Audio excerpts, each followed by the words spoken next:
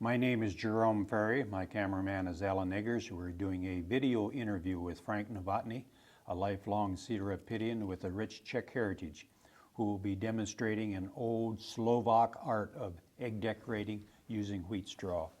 Frank, let's talk a little bit about your family first, your family life. When and where were you born?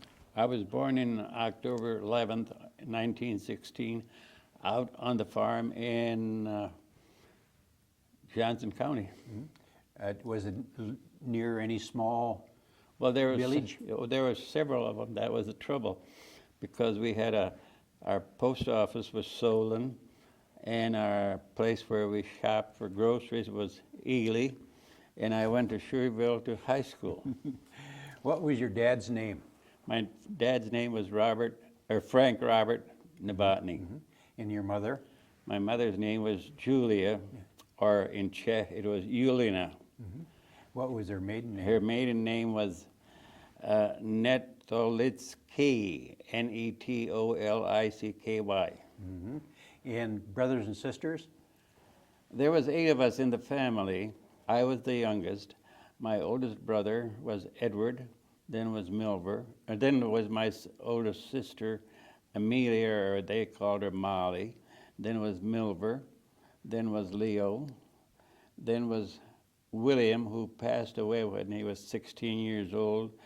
When he was 9, he had a ruptured appendix, and they never did complete the operation. They just temporarily, and he lived till he was 16, and then he got gangrene and died from that. Of course, that was many years ago. And then my next one was my sister, Angeline. She died when she was 33 with cancer. And then my next one was little Freddie, and he died when he was, I think, 3 months old. He had intestinal pneumonia. And then, of course, eventually I came into the picture. So you probably never really knew your older brothers very well. My older brothers? Yeah.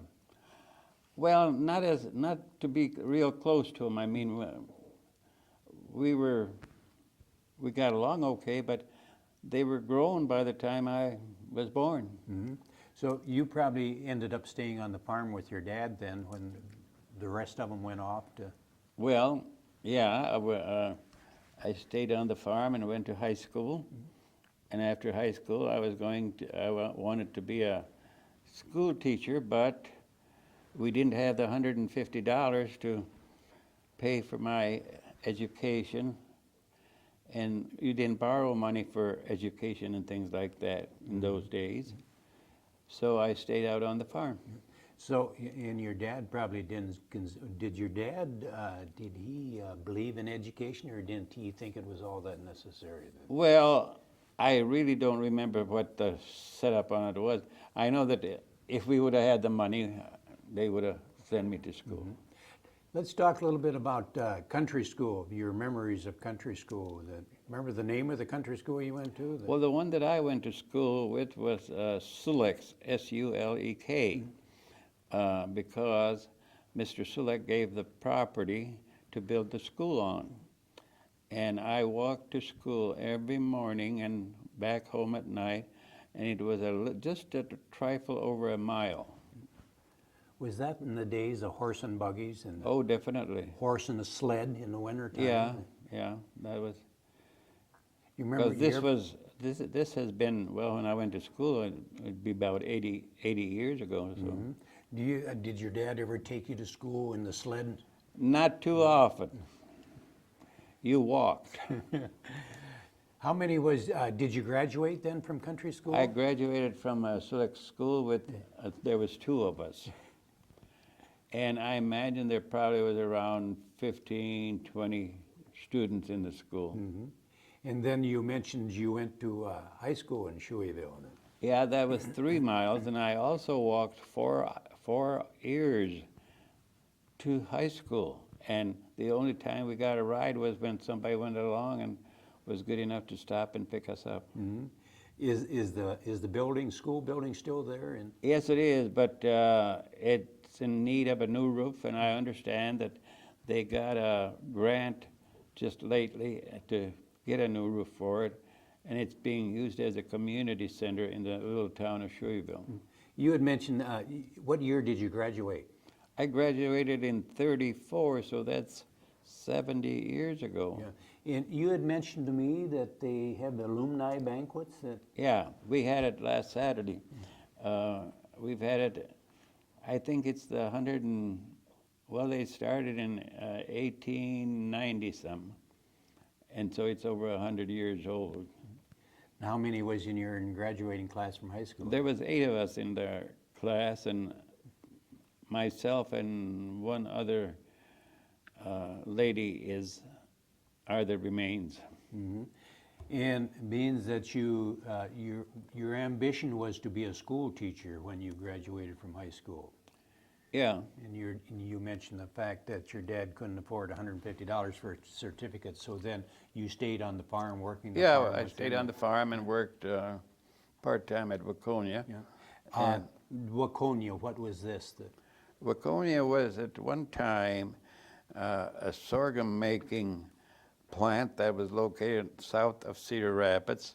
It was owned by 3 brothers, and in fact, I think it was one of the largest sorghum-making plants in the States.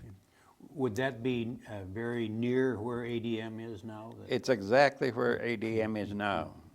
There was a farm there, and then the buildings for Waconia, and ADM has absorbed it all. Mm-hmm. What did they use sorghum for?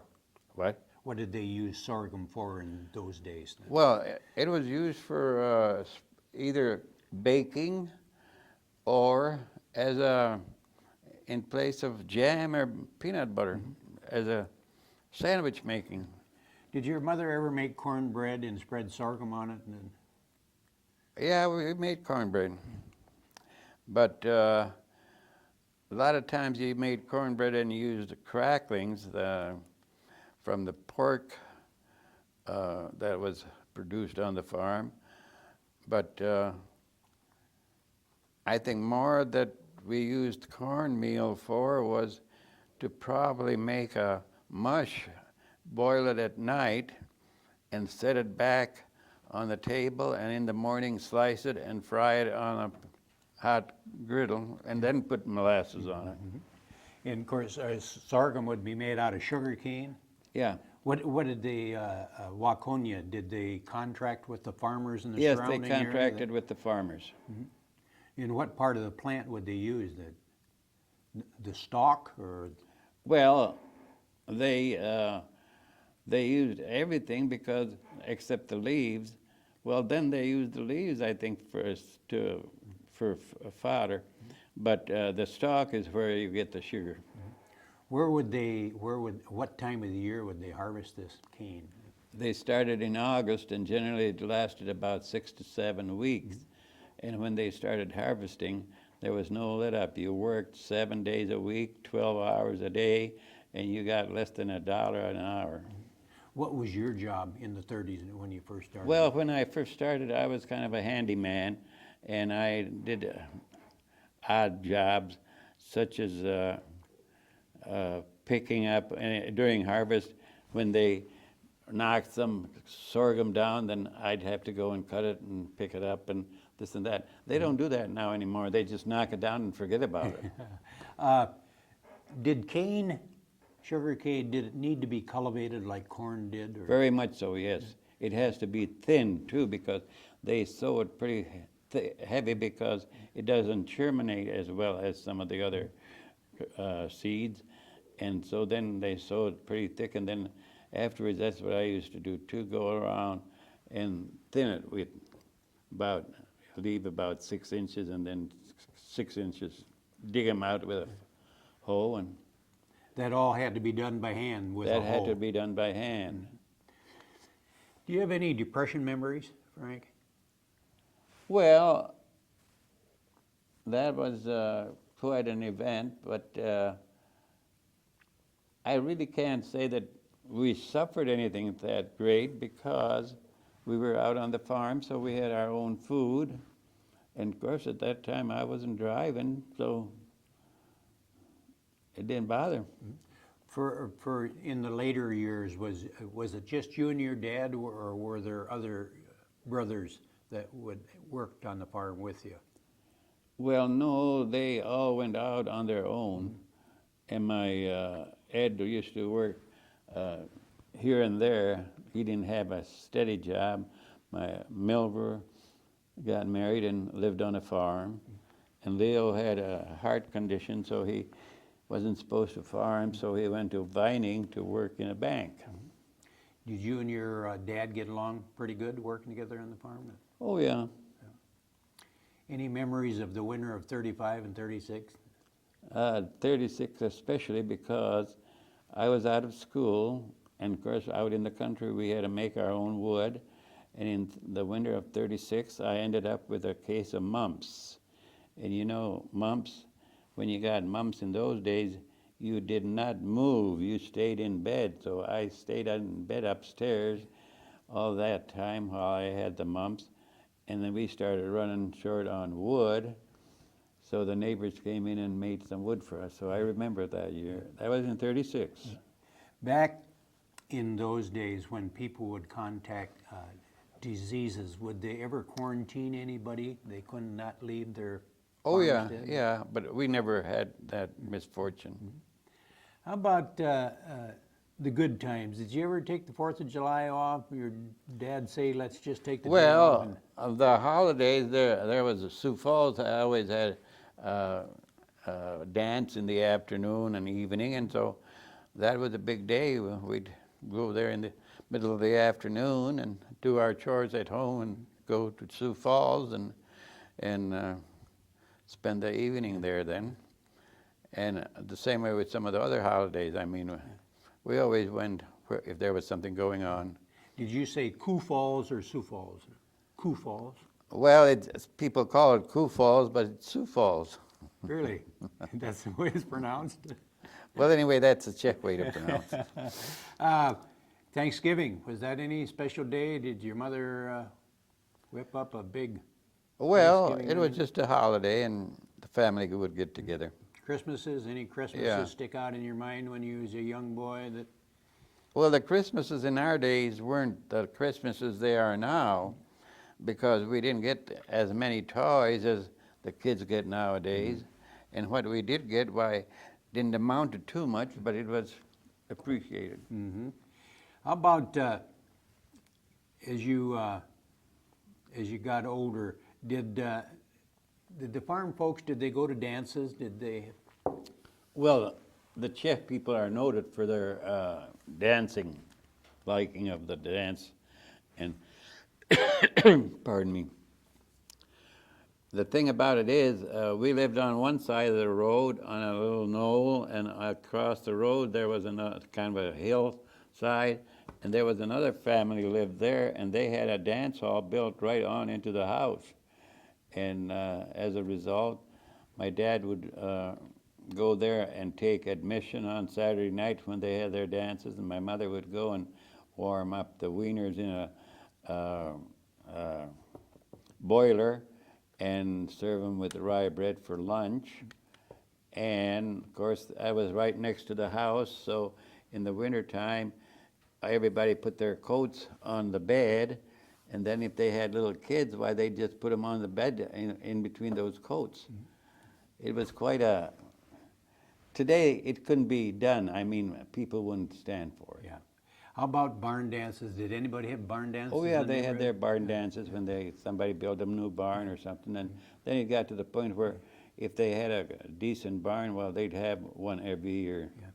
Was there people, would they bring liquor, home brew, or? Well, it was during Prohibition part of it, so they would bring their own stuff, and they'd hide it out in the, like up at Betchichka's there on the opposite our place. They'd bring it and hide it out in the yard. Probably they'd come with a team, and so they'd hide it in the buggy, and then somebody would watch where they're going, and when they'd leave, why, they'd go and swipe it. And get in a fight over it, and it was quite exciting. Yeah. Was there quite a few bootleggers back then? Oh yeah, there was a certain amount of them. This wasn't frowned on. This was Well, it was just a a way to make money and something that was yeah. needed. Yeah. Anybody ever make any liquor out of the sugar cane? Not that I know of directly, I mean, you know. Rum? Yeah, rum, there was rum.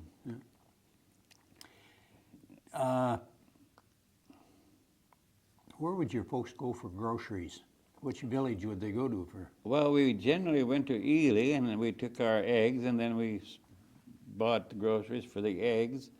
And when us kids were smaller, then there was this lady that had the store, Mrs. Rusta Chill, and she would always give us a little sack of candy, and that was the highlight of the day. Did they ever go into 16th Avenue?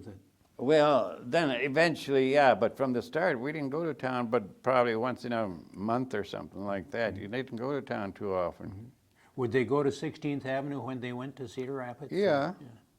What would, like, where would your mother go when she went to the city?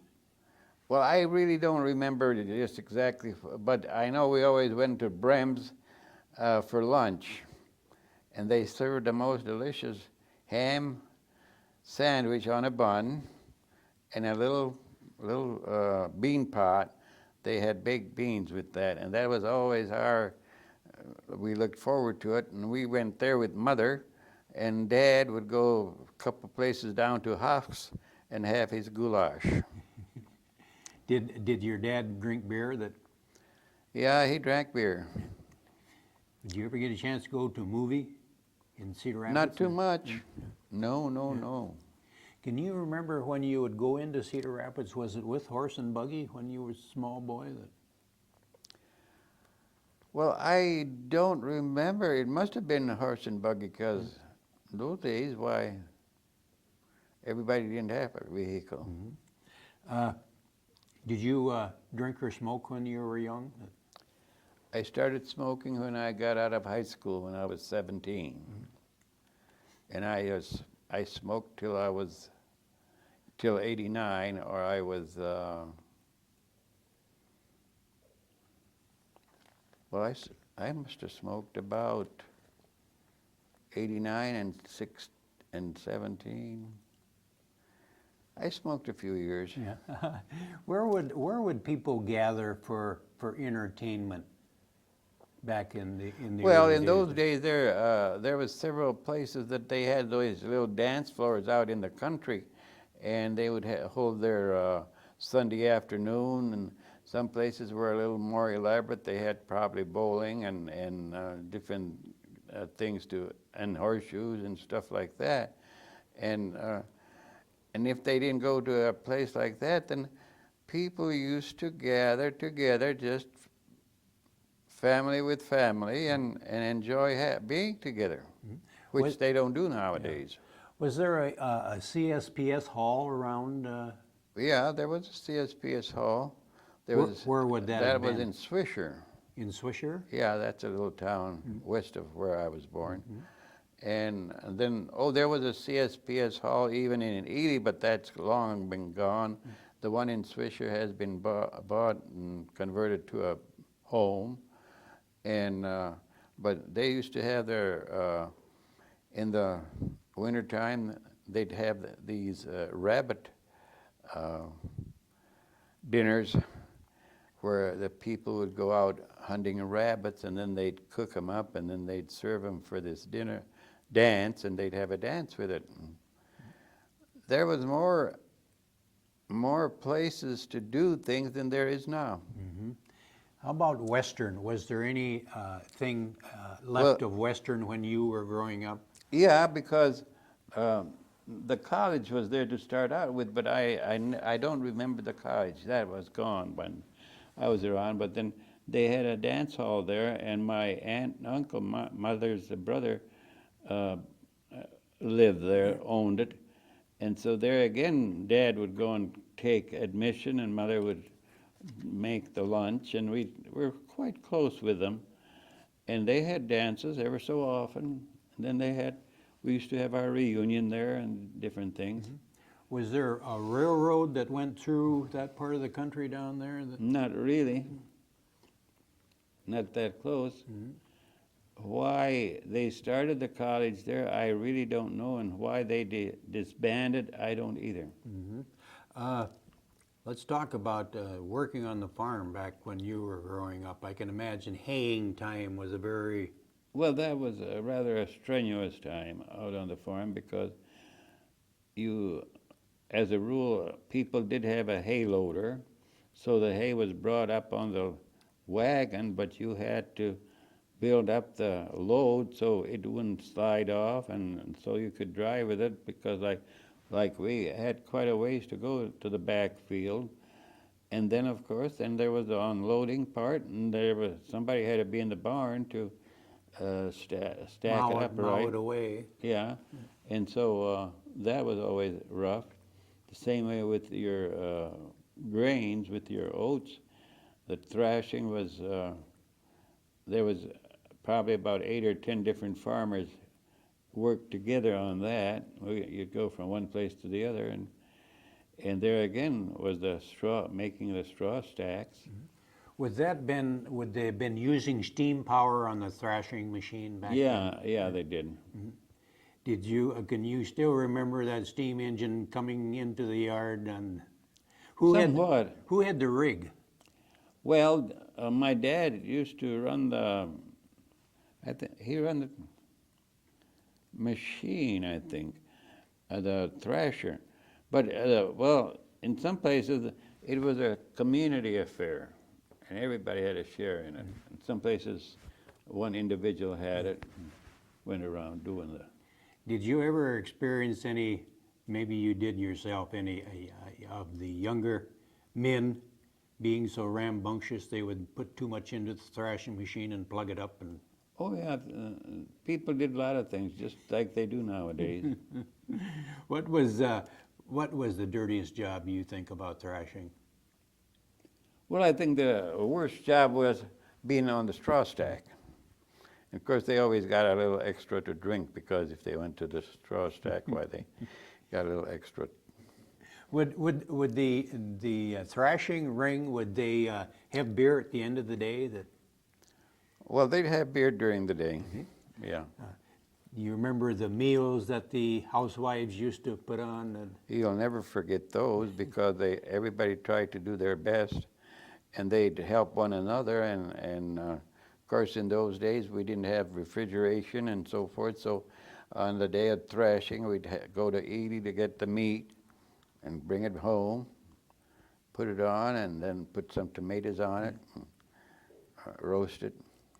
When you were out on a thrashing ring, did anybody ever have to stay overnight at a farmhouse so they wouldn't have to drive so far? Not as a rule. Yeah. It wasn't that far, you know.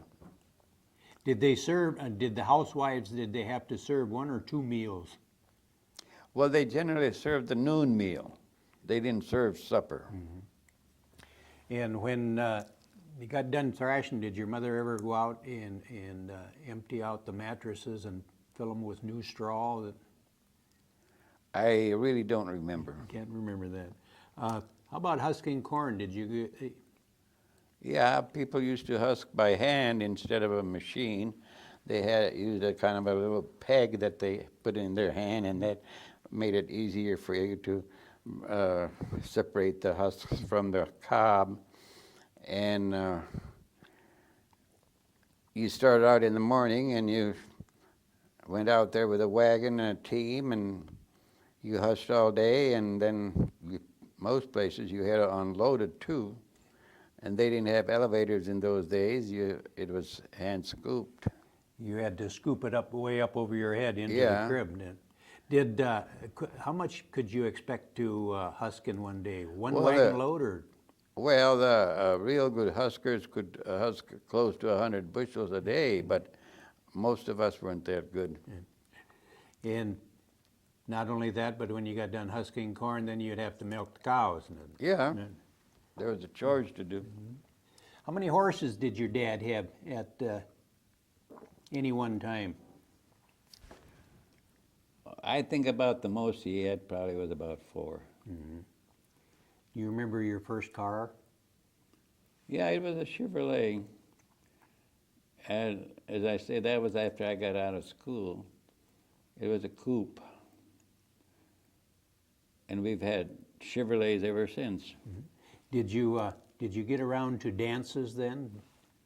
Did you? To a certain degree, but being the only one in the family that way and living out in the country, well, we did things together with the neighbor kids, but we weren't quite as able to get around like they do nowadays. Where would you go to a dance? Remember any of them? Well, Swisher, or in the CSPS hall, or there's a CSP, was it CSPS? In Cedar Rapids. And that used to be a gathering place. And of course, then later on, there was Linger Longer and Linger Longer was out by Ellis Park. And then it was on my... Wasn't there another one in Stumptown? Yeah. What the heck was that name? It was on my tongue, and I... Thornwood? Yeah, Thornwood. Yeah. Did you dance, Frank? Oh, yeah. Yeah. I danced till in '89 when my wife got cancer and I got a heart attack, and since then, it just didn't go like it used to. Did you get caught up in the military in World War II? Yes, I did. I left on Armistice Day in '42. That was a heck of a time to leave on Armistice Day. And I was in for 39 months. I went to Camp Polk in Louisiana. They started the 11th Armored Division there, and then we went on to England, and on from England to the Bastogne Bulge. And at Christmas time, that was after the D-Day, and then I stayed in Europe for occupation for a while in Austria, and then I came home. What was your duties? You're talking about the Battle of the Bulge. What was your duties? Well, I started out in the kitchen, a cook, and then the supply sergeant. What did he? Oh, I don't know what he did, why he disappeared, but anyway, I was helping in the supply room, and when he left, why then I ended up staff sergeant for the supplies. Did you meet a girl yet? No, not until I was in the service. Then one time I came home and they had a picnic and I met my wife. Where was the picnic, Frank? It was in town someplace. Was she a local girl, Frank? Yeah, she was from Cedar Rapids. Did she? No, from Fairfax. Did she have a job? Oh, yeah. I think at the time when we got married, she was working for Paulina's Meat Market on 16th Avenue. Then what had you decided to do after you got out of service and you got married? Did you plan on staying with the farm that? Well, we stayed on the farm, yes, and the first year we stayed between the two folks, and then my folks sold their farm, and then May's folks also moved off the farm, so we moved on to the Falda's place, and that's where I have lived for the past over 50 years. How many years did you farm? Well, we farmed till 57 because, let's see, about 10 years, I guess, because then we started a flower shop in 57. Did the flower shop have a name, or was it Novotny's? It was just Novotny's. And this was on the farm? It was on the farm. We built on a little shop, and of course it wasn't long we had to expand, and so we had quite a shop out there. Was it just you and your wife, or did you have to hire outside No, help? it was mostly just family. My nephew used to deliver, and my sister-in-law would come and help us. It was a family affair. Did you find it a very good business at that time? Well, we were kept busy all the time, and we were able to put our boys through college. And now I'm still living on the Social Security from it, so I guess it was all right. And then, did you specialize in any particular thing? No, we just we enjoyed doing, of course, weddings, and then we had a good connection with one of the mortuaries in town, Brushes, and so we did an awful lot of funeral flowers too. What year did your wife pass away, Frank? She died in 1994. How old was she when she passed away? She was 72. The two boys that we have, the one right next to me is our younger boy, Roger, who is in Michigan at the present time working for GMC. Russell is on the outside. He's the older one of the two. There's 4 years difference between them. And he was employed by the Cedar Rapids School District, but he was informed that as of July 1st, his job being Director of Technology will be eliminated due to lack of funds, and so he is without a job after July 1st. This is your youngest boy's family, Frank? Right, that is Roger, and this is his second wife. His first wife is the mother of the two boys, Jason and Blake, and he is remarried to Debbie, and she had two girls, Stephanie and Jennifer. That is my older son, Russell, and his family. Linda is his wife, and then they have two daughters.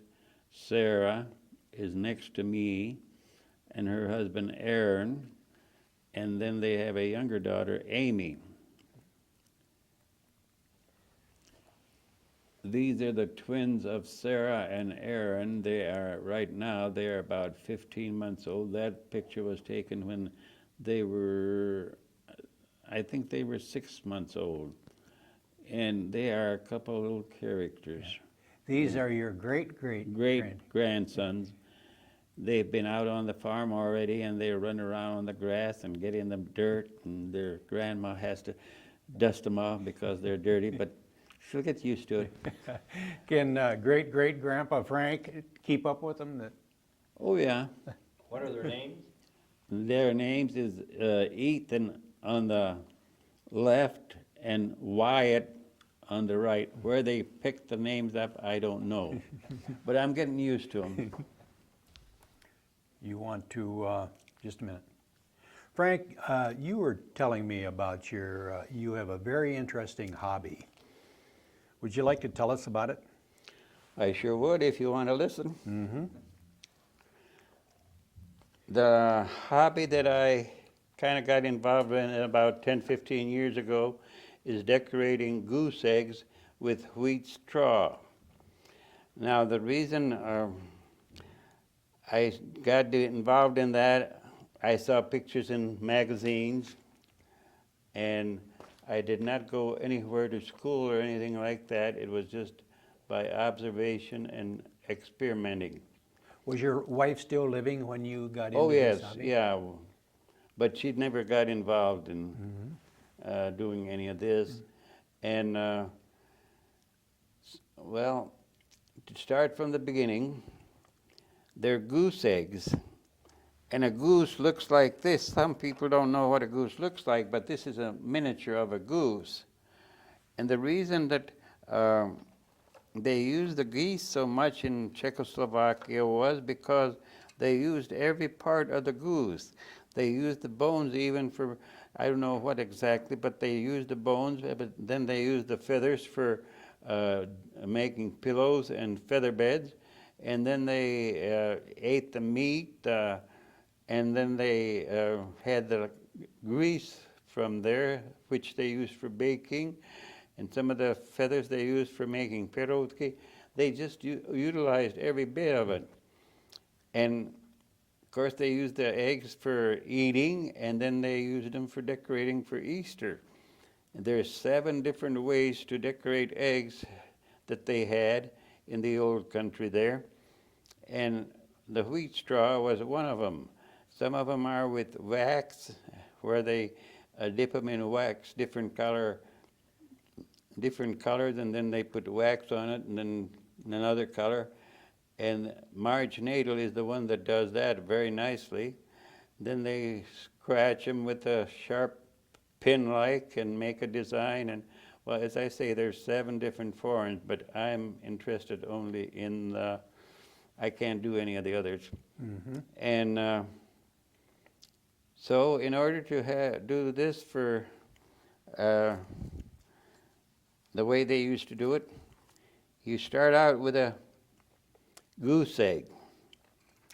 The goose egg is white, and they vary in size. Some are smaller and some are bigger. It depends how old the goose is that lays them.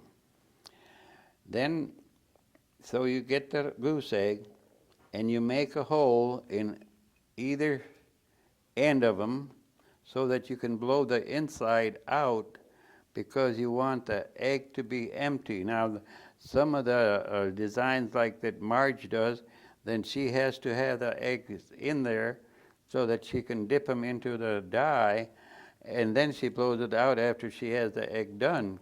Is that hard to blow out? How does Blow it? the contents out of an egg? Is that hard to blow? Well, it is to a certain degree. You got to take your false teeth out. Anyway, I can make a little bigger hole in my eggs than some of the others because I can cover the hole, and you cannot, you just cover the hole with the straw, and so I'm kind of fortunate there. Anyway, you blow out the egg. Generally, I run it under a faucet and take an ice pick and break the yolk and then blow, and then eventually you get it blown out. It's kind of interesting.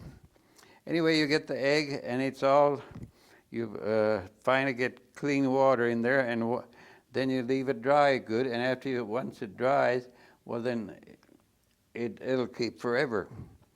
In order to start decorating for your Easter or any event, you have to kind of decide what color do I want those eggs besides being white. This one was left white. It didn't turn out. The natural Yeah, color. and it's the natural wheat, so I kind of like it, but so far nobody seems to like it well enough to buy it. Yeah. Anyhow, so I had the holes in either end, so I put a wire in them like this so that I can hold it up when I use a aerosol can to spray the paint on them, because you cannot hold them with your fingers and spray, otherwise you're going to have fingerprints. Contaminate the egg. Yeah. And so, and then by putting them, spray them like this, you spray them very lightly, not too heavy. Then I take 2 chairs and I put a broom handle between the 2 chairs, and I slip this on the broom handle and leave it dry. And I'll probably spray each egg 2 or 3 times to get it like this. You don't, this one I sprayed a little too heavy, and you can see that it kind of run. You got to be careful so you don't get too much spray on them. I'd rather spray them more times. And so we have our eggs sprayed and dried. So then we decide that we're going to decorate it with the wheat. Your wheat is grown out in the country, and it's a form of grain. It has the heads on it, which are thrashed out, and the wheat kernels are made into flour and made into bakery stuff. But it does have these long stems like this, and they have little nodules where they have joints between them. So you cut out the joints and end up with stems like this. That's a little hollow, like a macaroni, and it has a hole all the way through. So Why do you use wheat straw? the reason we use the wheat straw is because it's a little more, it isn't quite as brittle as the rye or something like that. And also, the reason that they used wheat in the old days was because wheat, they had the bread out of the wheat, and that was the substance of life, and so it, worked all the way together. And that it was very, and it was also economical to use it. So we have these sections of the stems like this. So I take them and I put them in a container and put hot water on them and leave them set for 30 minutes or so. Then I take a bunch of newspaper and put them on the table. Then I take each stem like this, and it's pliable, it isn't stiff like this. And I'll take an X-Acto knife and split the end of it. I would put it on this here paper, and with a hot iron, go down the stem all the way, and it has a straight grain in it, so it'll open up, and I iron it so that it's nice and flat and dry, and I'll end up with pieces like this. It's like a ribbon or a piece of paper. Now those stems are different lengths and so forth, but also they're different widths, but they have a grain in them that when you take an X-Acto knife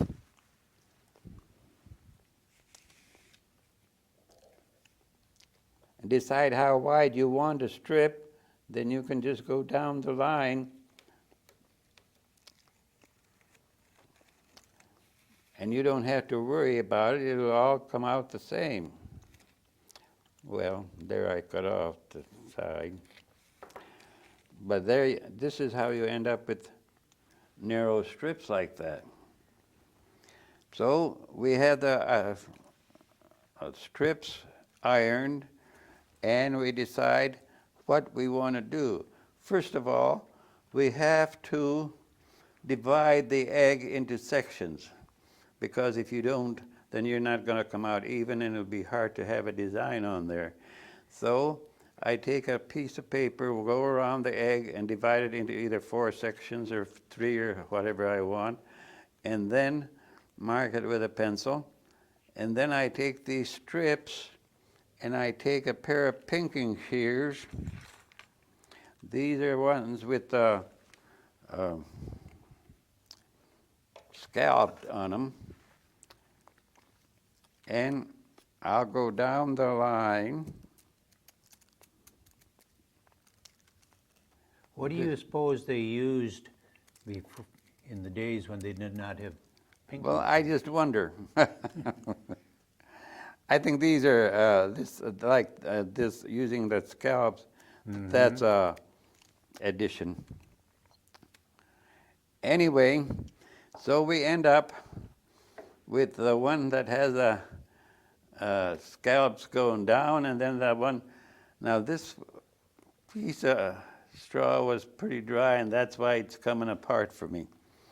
But anyhow, then we have these with the little round things, and those are the ones that I cut off with an X-Acto knife and make the design using them for the leaves like this.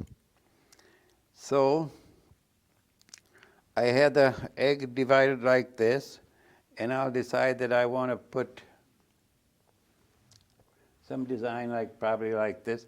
So I'll take the paper punch, and make my circles to use for the centers like that. And then I station them, put them on the place where they're supposed to be, such as this one is here, and then there's one here, one here and here.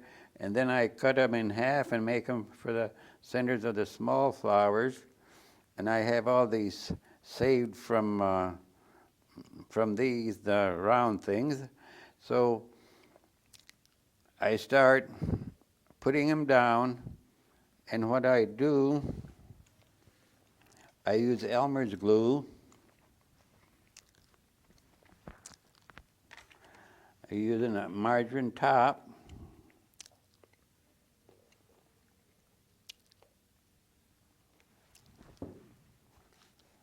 And I take a toothpick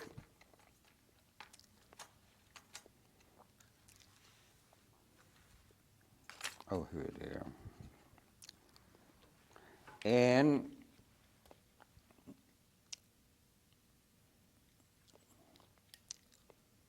I cut those tops off of the round things for the little leaves. Now there's three things that you need when you're doing this. You have to have good eyesight. You have to have a steady hand. And third, probably the most important one, is you have to have patience. And so you take a little dab of Elmer's glue and you put it on this little tiny little piece, and then you put it where you want it, exactly on the egg, and press it down, and there you have the start of something. I'll put a couple, three of them to make a little design out of it.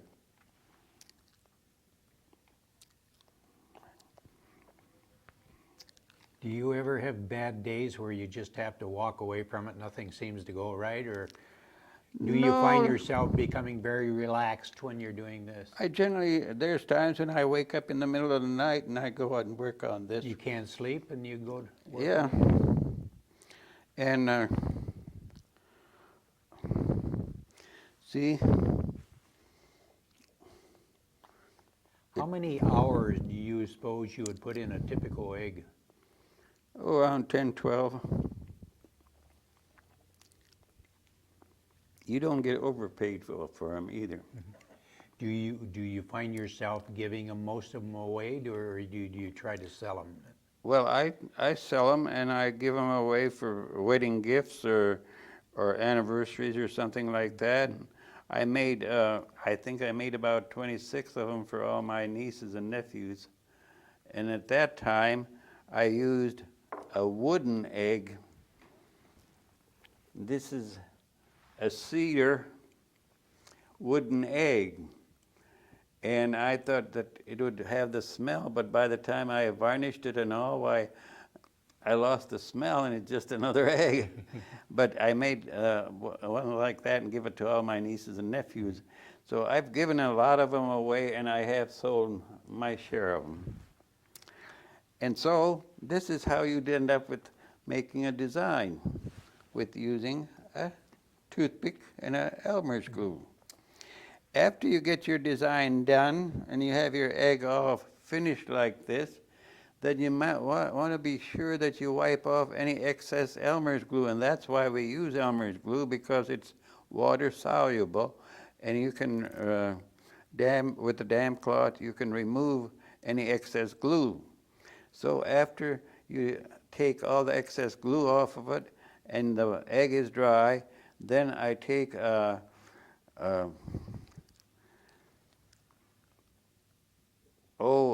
some kind of varnish that doesn't have a shine to it. This one has a little more shine than some.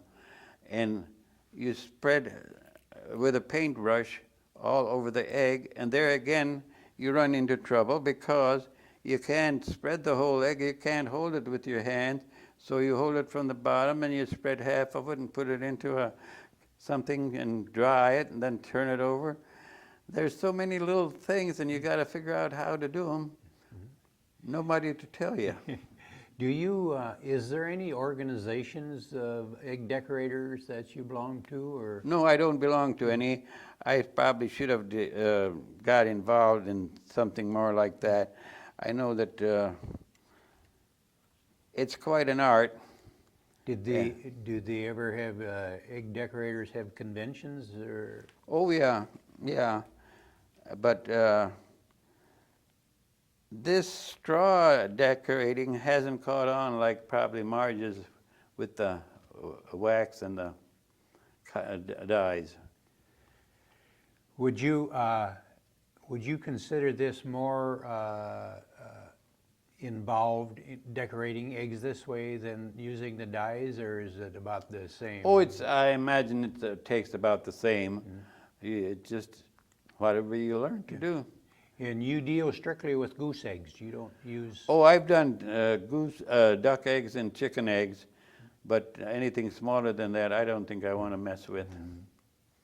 The thing about it is a egg like this is nice to handle, and that's about as small a design as I will care to make.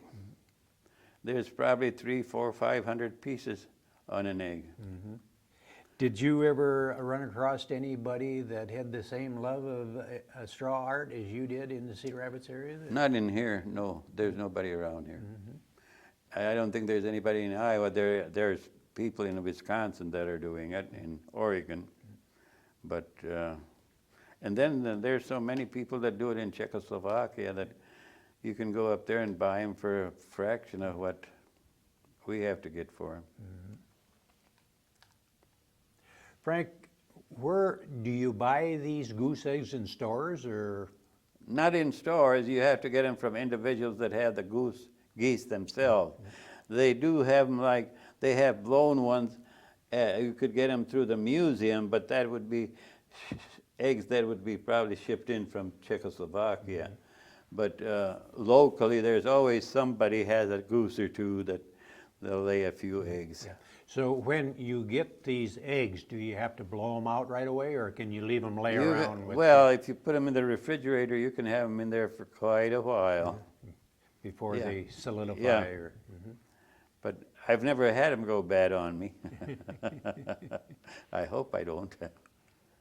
Where do you come up with your different designs, Frank?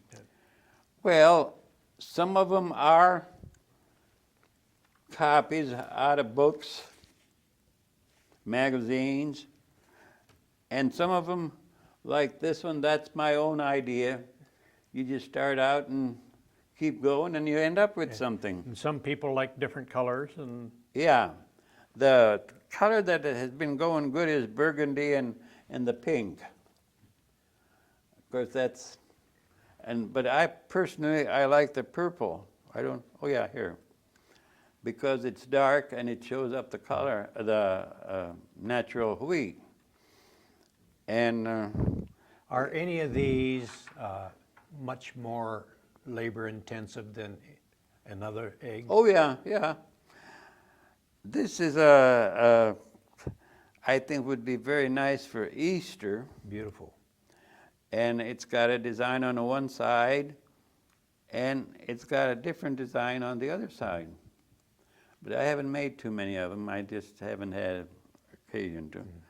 But I think that is about as neat as you can make a design on an egg. Yes, it is.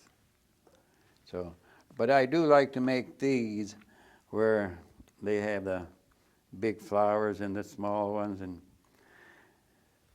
you just keep on putting the leaves on, and eventually you're done. Frank, did you ever, we have a photograph here. Would this have been Hobie Days on 16th Avenue? Yeah, we've been quite active. Well, in fact, I've been active since the early 70s in the Czech Heritage Group, and that was quite a group, or it still is. And of course, the Czech Village has a Hobie Days festival, which is the weekend after Mother's Day every year. And that was during the Hobie Days in 200. I was marshal of the parade, and I believe,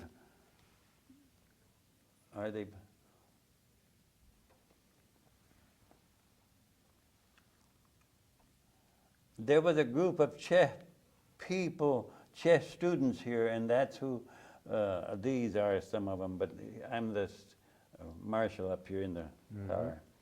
So they're having their Hobie Days this year again, but I don't know, I'm just getting a little too old to participate in a lot of those things. Frank, the Cedar Rapids History Center, the Linn County Historical Society would like to thank you very much for sharing your memories with us and your beautiful hobby here of straw egg art. Thank you very much. You're welcome. Well,